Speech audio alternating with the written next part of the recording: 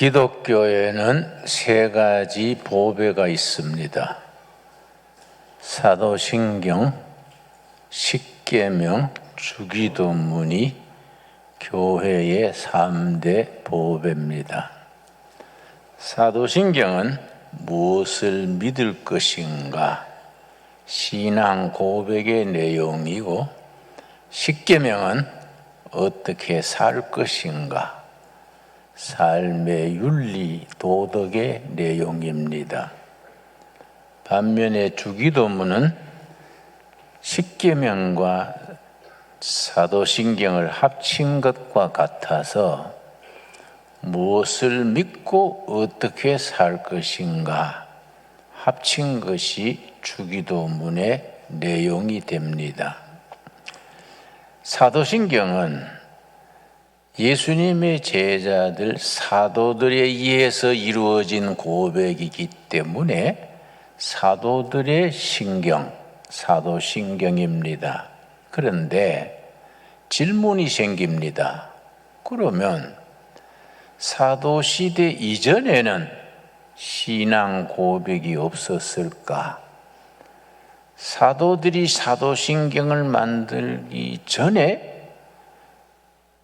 신앙 고백도 뭔가 있었을 것이 아닌가? 거기에 대해서 성경학자들이 연구하고 연구했는데, 독일의 폰 라드라는 아주 저명한 신학자가 있었습니다. 구약에 대해 아주 참 탁월한 학자랬는데, 그분이 구약의 또 사도신경에 해당하는 신앙 고백이 있었다. 신명기 26장 5절에서 9절, 여호수아서 마지막 장 24장이 마지막 장입니다. 1절에서 15절 두 부분이 구약의 사도신경에 해당한다. 그렇게 지적을 했습니다. 자, 그러면 구약의 사도신경이라고 지목되는 신명기 26장 우리 한번 찾겠습니다. 신명기 26장 5절에서 9절까지를 구약의 사도신경이라고 일컬을 만큼 중요한 내용입니다. 이 본문 속에는 네 가지 기둥이 있습니다. 신명기 26장 5절에서 9절 사이에 구약시대의 이스라엘 백성들의 사도신경에 해당하는 신앙 고백에는 네 기둥이 있습니다. 실제로 이스라엘 백성들은 예루살렘 성전에 올라갈 때 솔로몬 성전 계단이 많습니다. 계단에 올라가면서 흥얼흥얼 읊조리면서 올라갔습니다. 신명기 26장 5절에서 9절까지를 어려서부터 암송해서 우리 사도신경 신앙 고백을 하듯이 이 본문을 읊조리면서 성전 계단을 올라가곤 했었습니다. 5절, 너는 또 너 하나님 여호와 앞에 아뢰기를, 내 조상은 방랑하던 아람 사람으로서, 조상들의 내력을 말합니다. 애굽에 내려가 거기에서 소수로 거류하였더니 거기서 크고 강하고 번성한 민족이 되었는데, 야곱의 아들 요셉이 총리가 되어서 가나안 땅에 있는 가족들을 초청 이민을 했습니다. 초청 이민이라 하겠지요. 그때 내려갔던 야곱의 후손들이 70명이 가나안 땅에서 애굽으로 아들이 총리 대신이니까 이 초청 이민을 갔는데, 거기서 번성해서 큰 민족이 되었는데 그 다음이 문제입니다. 6절 말씀. 애굽 사람이 우리를 학대하며 우리를 괴롭게 하며 우리에게 중노동을 시키므로 6절 말씀이 중요합니다. 왜냐? 하나님에 대한 가슴에서 우러나오는 신앙 고백은 순탄한 환경에서 일어나지 않습니다. 애굽 땅에서 종살이하고 학대받고 왕따당하고 괴롭힘을 당하는 그 자리에서 땅에서 희망이 없으니까 하늘을 쳐다보는 겁니다. 하늘을 쳐다보면서 거기서 삶의 한과 아픔을 가슴에 안고 하나님의 도우심을 구할 때에 거기에 체험이 있고 응답이 있고 신앙 고백이 일어납니다. 그래서 지금 불경기지요. 특별히 우리 변두리에 사는 동두천, 양주 이쪽에는 어려운 분들이 많습니다. 몸에 병도 있고 경기는 어렵고 직장에는 해고하니 어쩌니 그러고 우리 몸과 마음이 지치고 탄식할 때가 많습니다. 그런데 그 자리가 하나님을 만나는 자리고 그 자리가 신앙 고백이 뿌리 내리는 자리입니다. 7절 말씀. 우리가 우리 조상의 하나님 여호와께 첫째가 뭡니까? 부르짖었더니 부르짖는 신앙 첫째입니다. 첫째가 고난, 좌절, 아픔 중에서 하늘을 우러러 부르짖습니다. 부르짖었더니 첫째입니다. 여호와께서 우리의 음성을 뭡니까? 들으시고 들으시는 하나님. 그래서 구약의 사도신경이라 일컬어지는 본문에서 신앙 고백에 네 기둥이 있는데 첫째, 탄식과 아픔, 고난 속에서 부르짖는 겁니다. 첫째가 부르짖는 신앙. 둘째는 그 탄식과 부르짖음을 들으시는 하나님. 두 번째입니다. 세 번째, 들으시고 우리의 고통과 신고와 압제를 보시고 8절에 세 번째가 나옵니다. 여호와께서 강한 손과 편팔과 큰 위험과 이적과 기사로 우리를 애굽에서 뭡니까?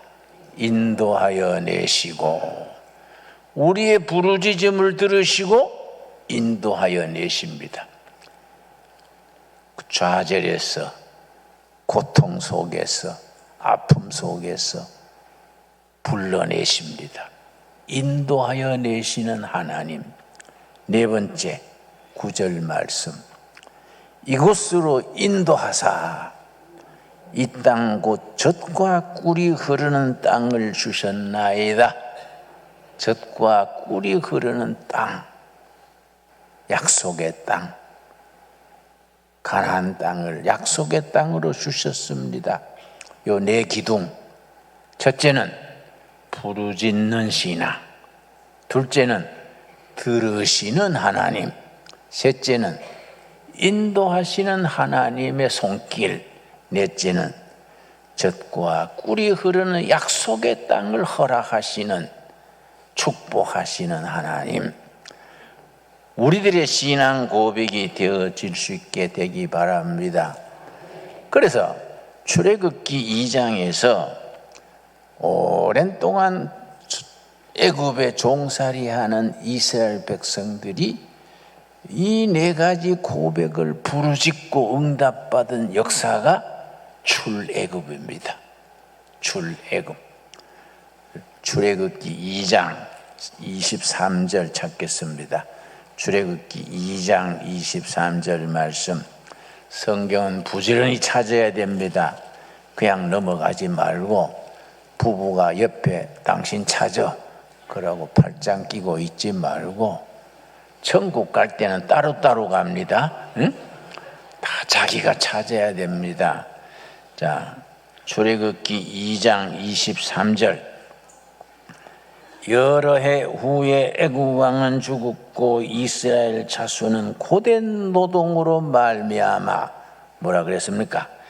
탄식하며 부르짖으니 그 강제 노동에서 하늘을 우러러 부르짖어 탄식하며 부르짖습니다.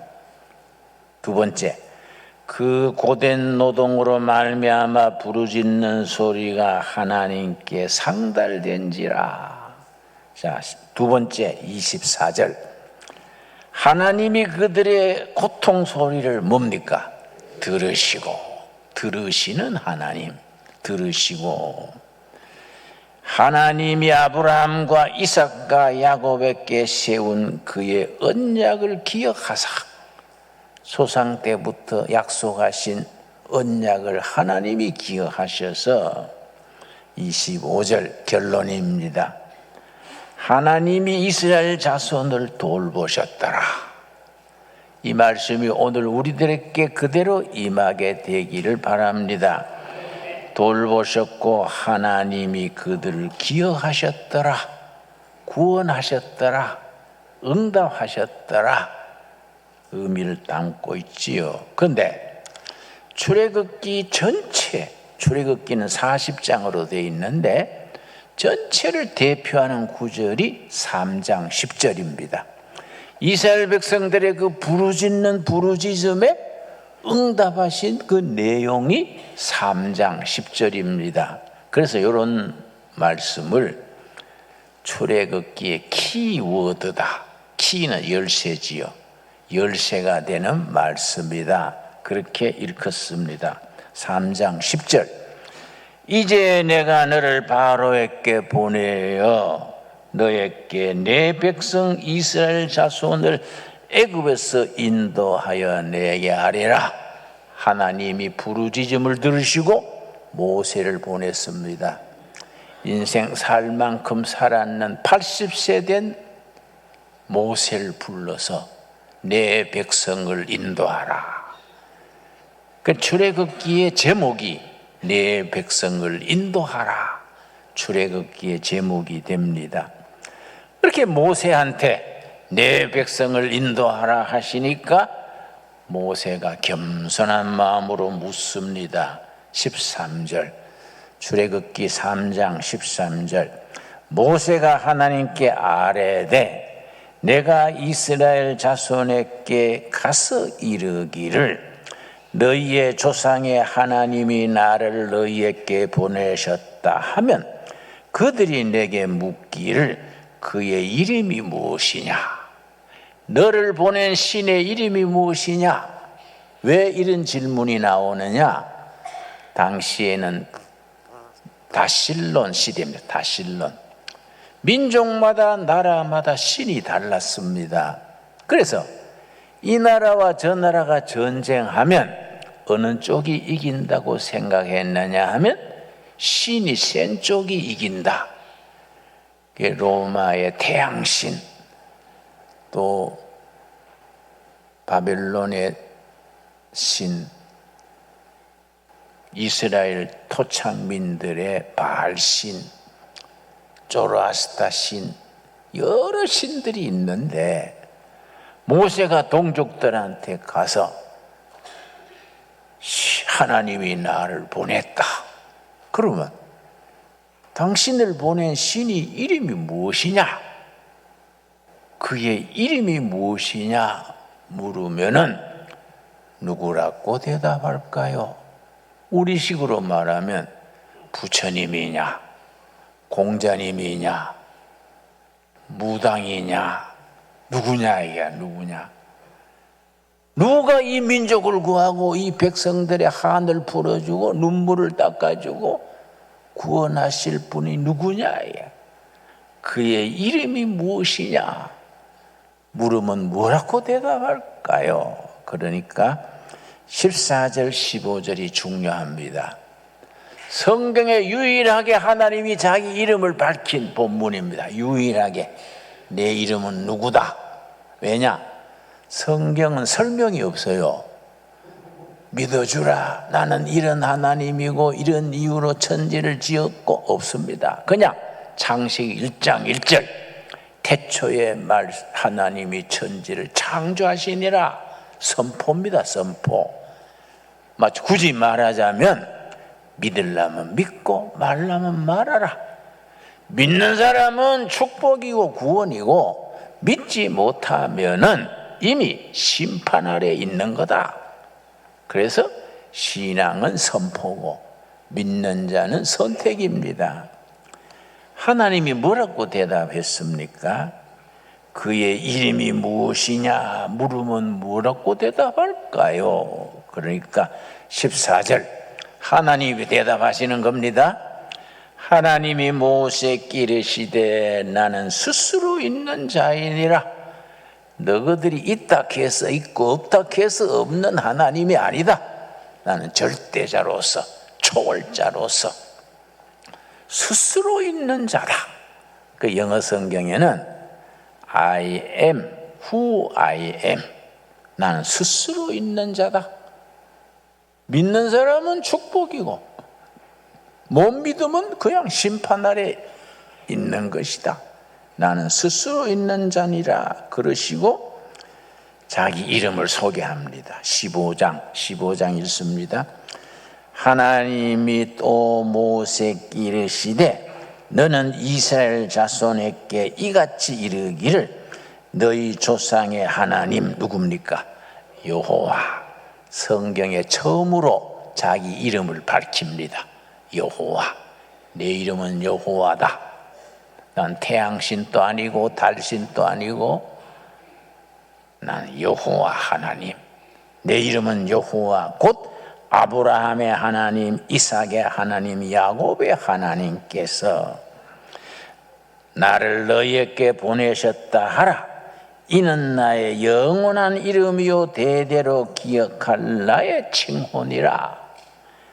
여호와 이름, 대대로 지키고 섬겨야 될 이름, 여호와다. 여호와. 하나님이 스스로 자기 이름을 밝히신 유일한 구절입니다. 여호와의 이름을 부르면은 그 이름을 부르는 걸로 우리가 하나님 축복을 누리게 됩니다. 사무엘상 12장 우리 찾겠습니다. 사무엘상 12장. 아주 참 위대한 말씀입니다. 22절 말씀. 여호와께서는 너희를 자기 백성으로 삼으신 것을 기뻐하심으로 여호와께서는 그의 크신 이름을 위해서라도 자기 백성을 버리지 아니하실 것이요.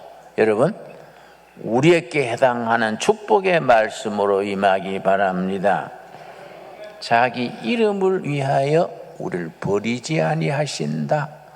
우리가 사는 게 시원찮고 하나님 보시기에 못마땅한 것이 많을지라도 여호와의 이름을 새벽 기도 때, 낮 예배 때, 저녁 잠자리에 들기 전에 여호와의 이름을 열심히 부르면 우리 하는 짓은 좀 시원찮아도 자기 이름을 자꾸 부르니까 자기 이름 때문에 우리를 버리지 아니하신다.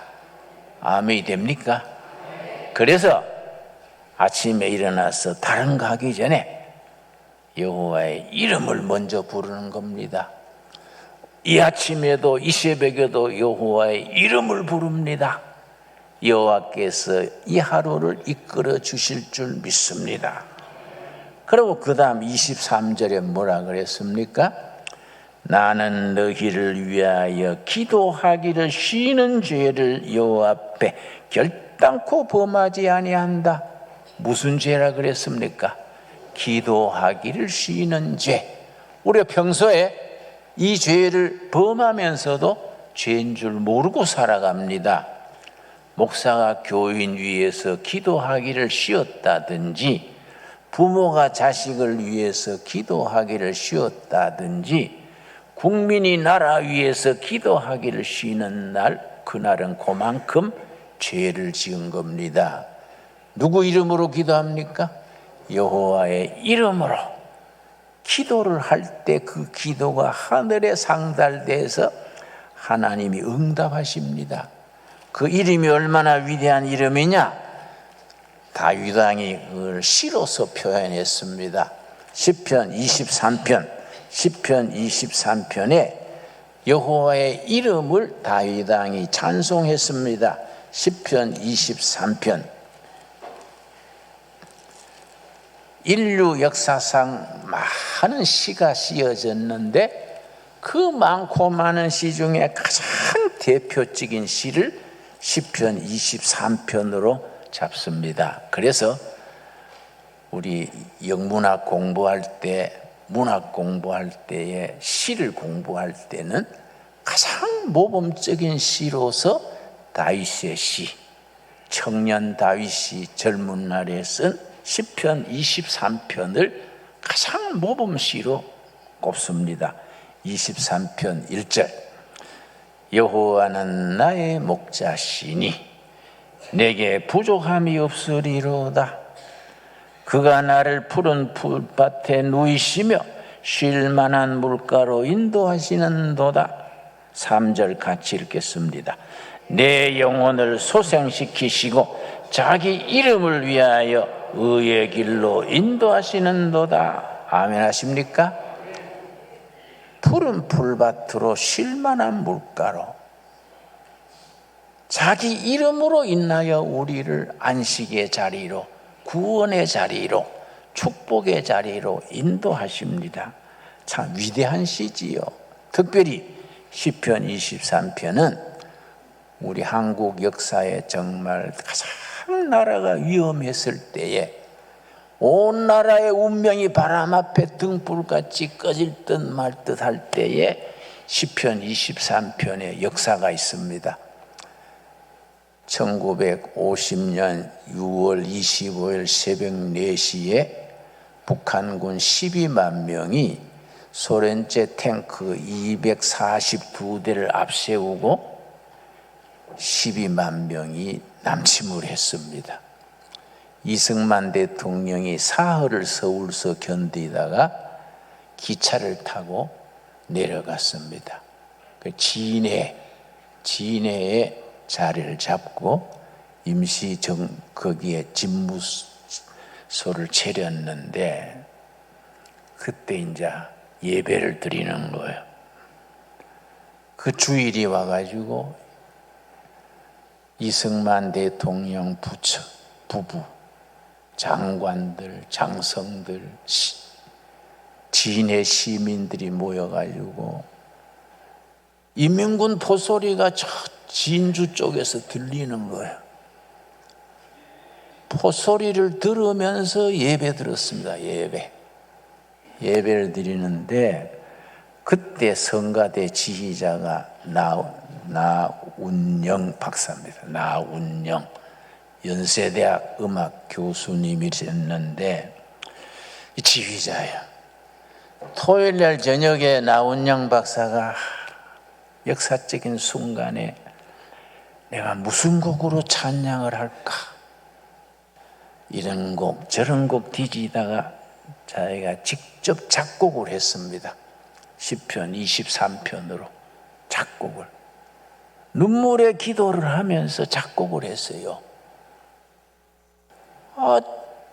진주 쪽에서는 인민군 포소리가 들리고 온 나라가 지금 바람 앞에 등불 같은데 대통령 부처 진주 시내 시민 모시고 예배드리는 자리에서 그 눈물 흘리며 작곡했습니다. 그래서 그 다음날 새벽에 성가대 대원들을 불러 모았어요. 그 연습시켰습니다. 이 시편 23편. 그래서 11시 대예배 시간에 찬양하기 전에 성가대 찬양하기 전에 청중으로 쪽으로 돌아서서 나온영 박사가 말했습니다. 대통령 각하 4분, 여러 이 나라의 장성 여러분, 진의 시민 여러분, 오늘 이 참 뜻깊은 예배에 내가 무슨 곡을 찬양할까 어제 고민하다가 내가 밤늦도록 직접 작곡을 했습니다. 시편 23편을 작곡했습니다. 나는 눈물로 작곡한 내용을 오늘 성가대 대원들 새벽에 소집해서 연습해서 찬양하겠습니다. 그러고 지휘했는데 울면서 지휘했어. 울면서 성가대 대원들이 우느라고 제대로 못해요. 그러니까 대통령 4분 또 울고 교인들도 울고 이 나라가 지금 망하느냐 흥하느냐. 그 전날 미국 대통령이 미국 그 대사 주한 미국 대사가 무초입니다. 무초. 메가다 장군이 미국 주한 미 대사 무초를 이승만 대통령에게 보내가지고 대통령 각하, 프레지던트, 미스터 프레지던트, 아무래도 이 낙동강 방어선을 지키기 어려우니 임시정부를 오사카로 옮깁시다. 대통령 각하 전용기를 내드릴 테니 오사카로 옮기세요. 그러니까 그 말 듣고 이승만 대통령이 주머니에서 권총을 끄집어냈어요. 그거 무시초 대사 앞에서 이 권총에 실탄이 3발 있다. 인민군이 오면 한 발은 쏴 죽이고 한 발은 내 사랑하는 와이프 프란치스카 죽이고 한 발은 내가 자살하겠다. 내가 어떻게 이 조국을 버리고 오사카로 가느냐. 그리고 권총을 흔드니까 미초 대사가 한숨 쉬면서 돌아갔어요. 그 다음날 예배 드리는 겁니다. 예배. 그러니까 울면서 예배 이 찬송 듣는 거예요. 그래서 나온영 박사가 쓴 작곡한 내용이 여러분 잘 아시지요? 여호와는 나의 목자시니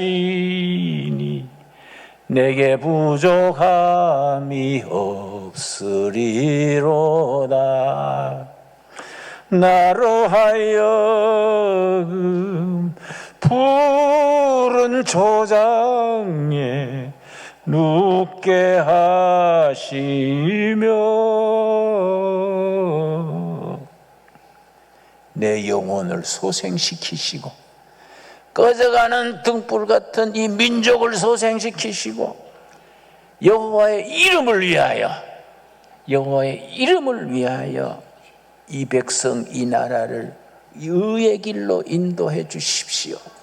위대한 찬송, 위대한 시입니다. 여러분, 여호와의 이름, 존귀하신 이름, 역사를 주장하시고 백성들을 지켜주시고 정의의 역사로, 거룩한 역사로 이끄시는 여호와의 이름, 그 이름을 위하여 우리를 멸망의 길로, 부끄러운 길로 인도하시지 아니하시고 승리의 길로, 의의 길로 인도하여 주실 줄 믿습니다.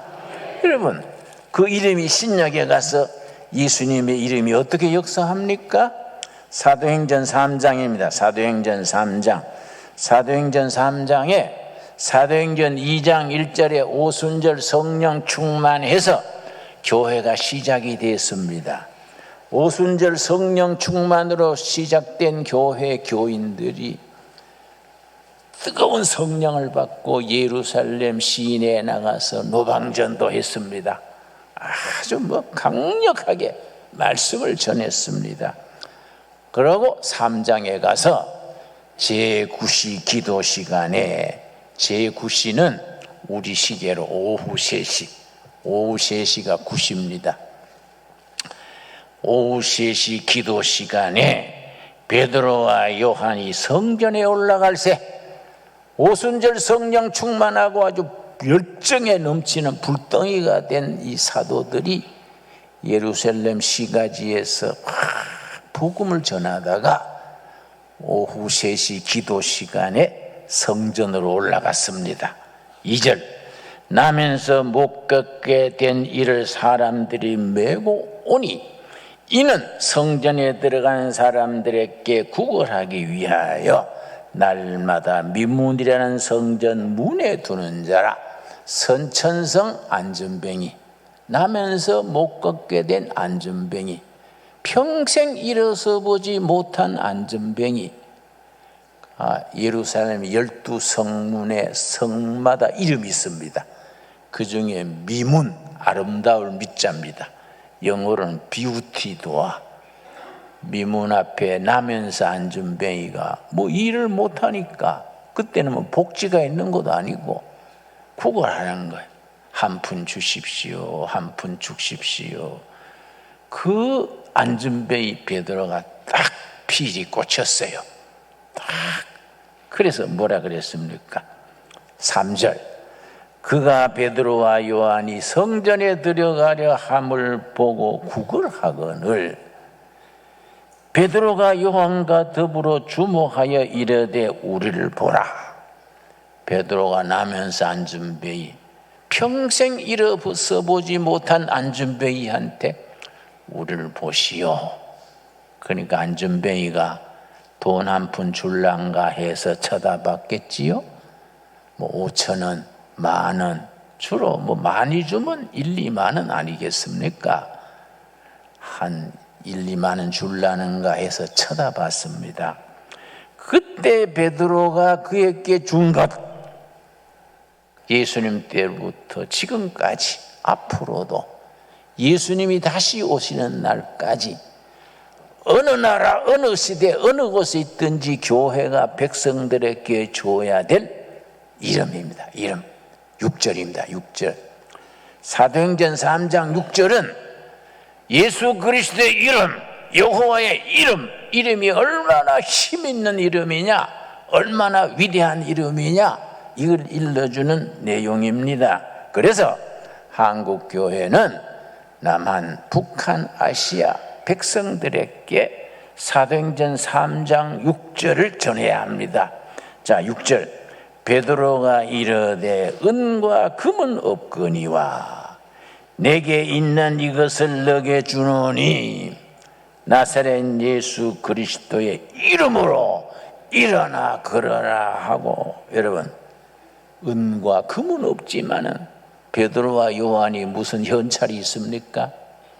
우리에게 은과 금은 없지만은 우리가 가진 것, 베드로가 가졌던 것, 오늘 우리가 가진 것, 앞으로 그리스도의 교회가 가진 유일한 재산 뭡니까?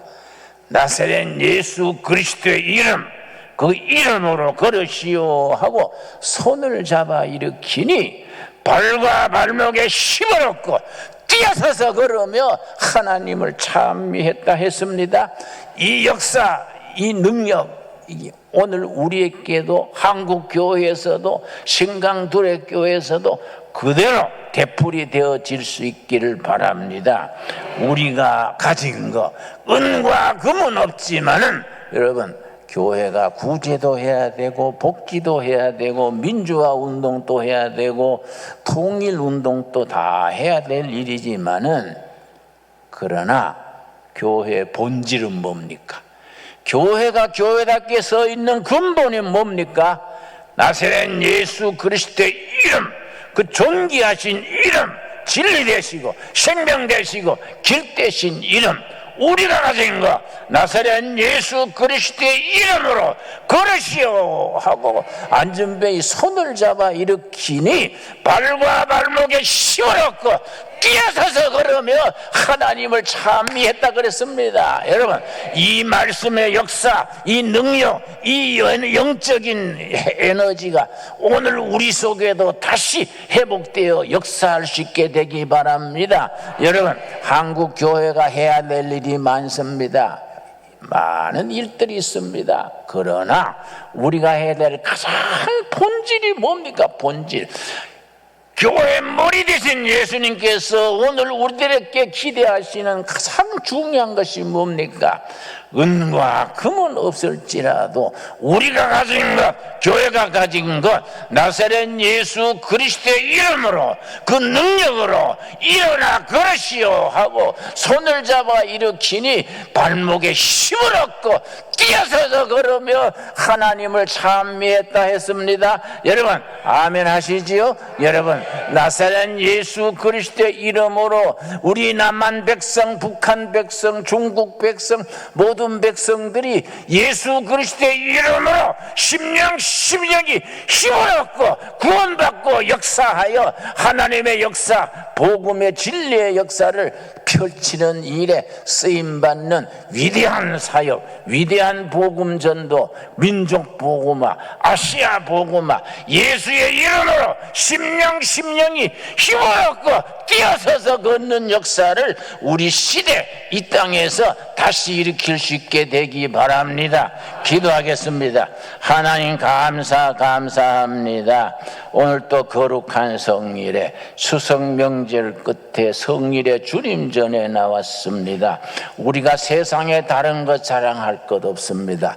은과 금은 가지지 못했을지라도 물질이나 정당이나 정치가 우리가 아니라 우리가 가진 것, 유일하신 능력, 나사렛 예수 그리스도의 이름, 그 진리 되신 이름, 그 능력의 이름, 구원에 이르게 하는 이름으로 우리 주위에 심령이 힘을 얻고 구원받아 기뻐 뛸 수 있는 역사, 그 역사에 우리가 쓰임받게 하여 주시옵소서.